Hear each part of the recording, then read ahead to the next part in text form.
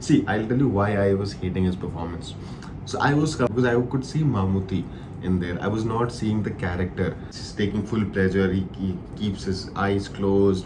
A natural smile comes to his face, even when he's listening to this kid in a public event. He cannot hide that because he actually is in love with music. What is up, Pleasure Martins? This is Rohit Raina. Welcome to my channel. And today we are going to watch you're going to watch the movie review for Swathi Kiranam, the 1992 classic, starring Mammootty, superstar, Master Manjunath, Radhika Sarathkumar, among other actors. These three are the top paid stars, the actors of that film. And it's yet another film by K Viswanath. This is my second film in less than 3 days by K Viswanath. And he's turning out to be quite an addiction for me. You can never talk enough of music which is by K Viswanath. Voice again, the male voice, the leading male voice is K Viswanath, Swathi Kiranam, which I am told by Daddy. Swathi Kiranam was the sound, was my voice of the kid, the child prodigy, S. Janaki Pohalindi, who is the assistant composer. Alright. Now, first of all, what is my verdict? I think let's not let me not spoil it for you. Let's go step by step. Let's right away start with the music this time round. And you see the Swathi Kiranam. It's not exactly a wallpaper. It's just a listing on Prime where I watched the film. Mesmerizing. I mean, mesmerizing is such an overused word for music. We use mesmerizing for all kinds of music, right? Even the pop music, even the fast songs. But this is the kind of music that this adjective is made for. You are just transported into a different world. One, it's a 30-year-old film, so you are already feeling a kind of nostalgia. Even someone like me, it doesn't matter that I have not watched anything of Mammootty before, which I have not. And I have only watched one old Telugu film before this one, which is Sankarabharanam. It does not matter. So as soon as I started playing the film, the cinematography, the sets, everything was so authentic, and unlike a Sanjay Leela Bhansali film where focus is on visual symmetry, visual aesthetics, which I hate, by the way. This was just this looked pretty raw. I don't care how much of it was sets and how much of it was real locations. There were a lot of scenic scenes where the kid is singing by the waterfalls, by the river. That was all stunning, and that added to the wondrous nature of the music and the songs. It's a cliche, but the songs took forward the story. There was not one song that was just placed randomly there. But even if the songs did not move forward the story, I wouldn't have cared. I wouldn't have cared at all. I was mesmerized. More often than not, I was not even that much focused on the lyrics, because the singing it just transported me into some like magical world. The music by K.V. Mahadevan, the instruments in those songs, but yeah, mostly the singer, the voice of the singer, as backed by the music, and I was amazed at the feats they were achieving with their voice, how they could seamlessly sing such difficult songs. Obviously, it's classical singing, and it's relatively more difficult as compared to your regular filmy songs. Once a song ended, any song ended, you just wanted to go back by 5 minutes and then play that song again. That was the kind of feeling that every single song from this film was giving me. I think I liked the music even more in this film than in Sankarabharanam. But now let's get to acting. Now let's talk about Mammootty. There was so many conflicting feelings that I had for his performance.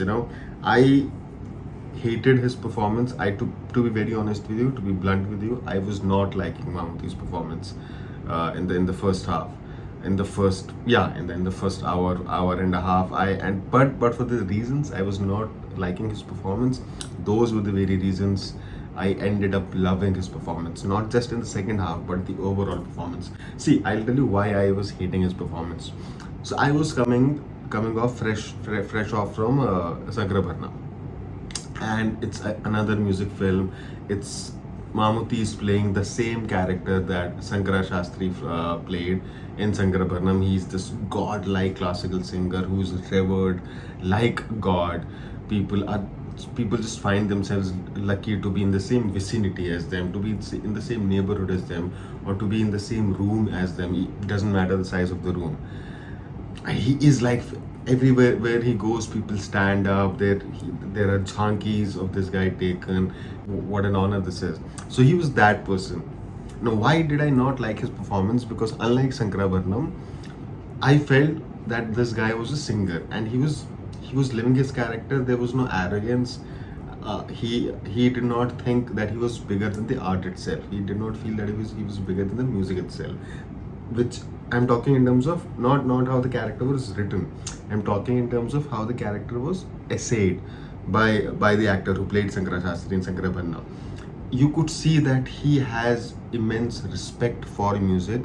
He knows his status in the society as someone who's revered, but then he does not consider himself to be bigger than the art itself. Now, with Mammootty's performance, because it took time for me to figure that it was all intentional. Initially, I thought he's playing the same guy. So it's like, no.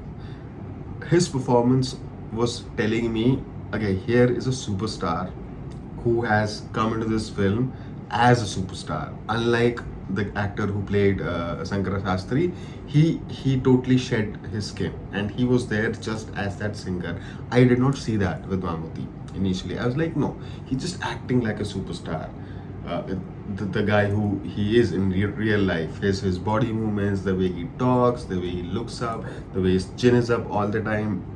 I did not feel that was intentional. That is how the filmmakers intended it to be. So I was disappointed. I was thrown off that because I could see Mammootty in there. I was not seeing the character that Mammootty was playing, which was Ananta Rama Sharma. I could not see that character. I just saw Mammootty because I had this doubt. But when that movie made it very obvious for the dumb for my dumb mind that he is that guy. He considers himself to be bigger than the art itself, to be bigger than the music. I did not even get that when he refused the Padma Shri award. I was like, okay, he's doing that because his ideals. I just did not think too much, did not see too much into it. So when it's finally made very obvious that this guy is insecure, he considers himself to be someone who rightly is worshipped by people, and there is no one, not even better. There's no one even like him. And when he sees a boy who is singing so well, he gets terribly insecure, and he's like, it's not even possible. Like he's lucky, he's lucky. Like God has bestowed him with this gift, and it's not even fair. Uh, but then I did not feel anger for him. I was feeling sorry for the boy, and sometimes I felt angry for his character, at his character. But I was like, he's an artist, he has lived his life, last 20 years probably, being seen as this godlike figure, and now he thinks it's under threat now, and it is under threat. His friends are talking about this young kid. His wife is talking about this young kid. They are saying that he's singing better than you. As an artist, it's impossibly hard to not feel insecure by that. So it was conflicting. I was feeling angry at him, but at the same time I had some sympathy for this guy, and it helped that Mammootty played him so well. It was a beautiful performance. It was not this caricaturish, arrogant performance. It was just enough. he never crossed the line of arrogance, even in his performance. uh, the thing is, he's trying. I loved the bit that in his when he's alone, he is enjoying the songs of this guy, of this kid. He's taking full pleasure. He keeps his eyes closed. A natural smile comes to his face even when he's listening to this kid in a public event. He loves how he sings. He loves his compositions. He loves what he makes for that temple function, those compositions, and he cannot hide that because he actually is in love with music. But then he also realizes that, you know, I'm under threat. My fandom is under threat. This bubble that I have created of invincibility, it's under threat. You know, this guy can destroy it all. So he is conflicted whether I should enjoy this kid's music or should I just sulk in the corner, which is what I liked. Every time this kid was singing in his presence, we did not see Mammootty or Ananta Rama Sharma sulking in a corner. He was enjoying. He could not help himself from enjoying the film, enjoying the song. But it used to happen after the fact. Like, okay, he was like, okay, no, I have to reject him, and I have to make sure that I crush his confidence. I have to make sure that he thinks that he's actually not as good as everybody says he is. And because he also kind of worships me, so he will trust my word over the word of a million people. So let me do that to him. Let me just finish this guy. So obviously you hate him for doing that. But then again, if you have ever been an artist, you know that this insecurity is actually well placed. You cannot help it. You cannot help it. So that was one of my favorite part, that like how his character was written. This conflict between feeling insecure, but at the same time just respecting the work of that person that you are so insecure towards. Never saying okay, he's bad. Subtly he did not select him for the academy, and then he told it to him, to his face that okay, no, I cannot select these compositions. But eventually he goes and sings them. That was an asshole move.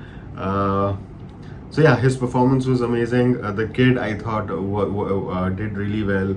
I was sold, like, yeah, he's singing his songs. I know the expressions were right, and there was good enough emotiveness and emotions they showed on his face when he was distraught, when he was super excited, and when he was singing, when he was super excited while singing, when he was figuring out the ragas and the swaras and all of that. I was convinced that yes, this guy knows his shit. You know, he's singing, like, yeah, he knows it. Right? He's in there, and he's a child prodigy for real.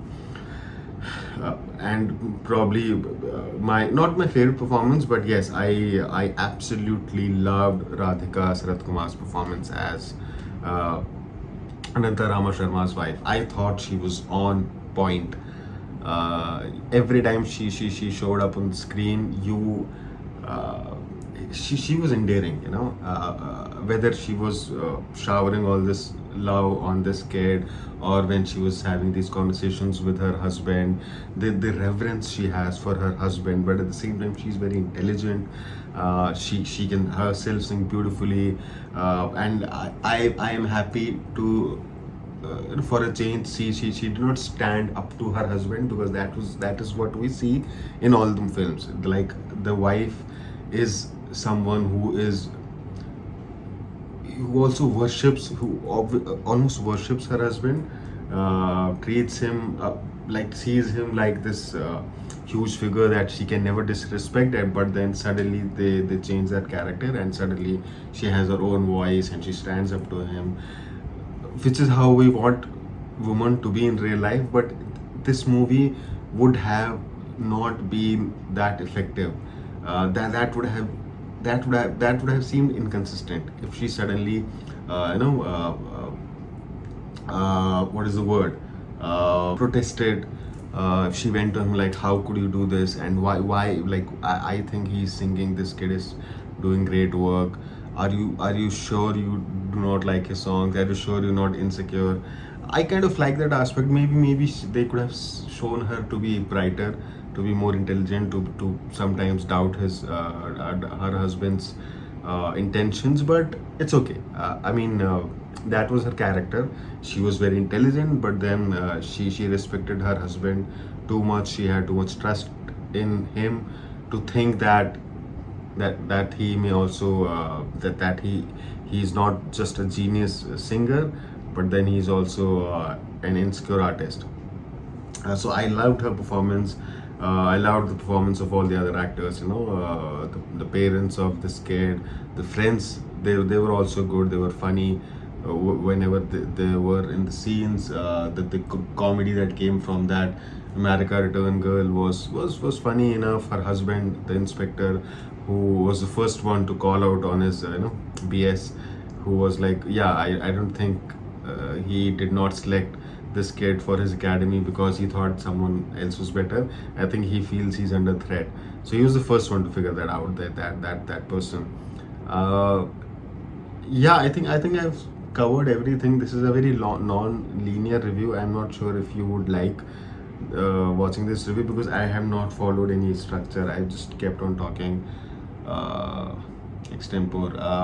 Yeah, that's about it. If I have to rate it, I would rate this film. I would rate this film about 8.1 out of 10. Uh, yeah. So okay. So the climax. So one thing that was off-putting for me. No, the climax was not off-putting, but the person who recommended this film to me on in the comment section. I'm sorry, I've forgotten your name. I don't remember that comment, but the person who recommended this film, that person also mentioned that you will feel really emotional in the climax, or you will cry in the climax. So I kind of started anticipating that, especially when Mammootty's character lands up in hospital. I kind of started anticipating that this kid is going to kill himself because he had tried that before, or he had expressed his desire to do that, of killing himself. So I kind of saw that coming. That okay, this film is going to end with this kid killing himself, and that is what happened. So that the shock value for me was not there. So yeah, that's I regret that. I wish I had gone in totally blind, so that took away a bit from my experience overall. But I would still rate this film 8 out of 10, or maybe 8.5 out of 10. That would be my rating. Yeah, you guys let me know what do you think of the film, and what should be my next film. There are a lot of films here. There is this, then there are a lot of films. Yeah, there is Apat Apat Bandhavdu. Yeah, that's this one. This one is with Chiranjeevi. So I might watch this one. So yeah, let me know. What do you think? Yeah, there you go.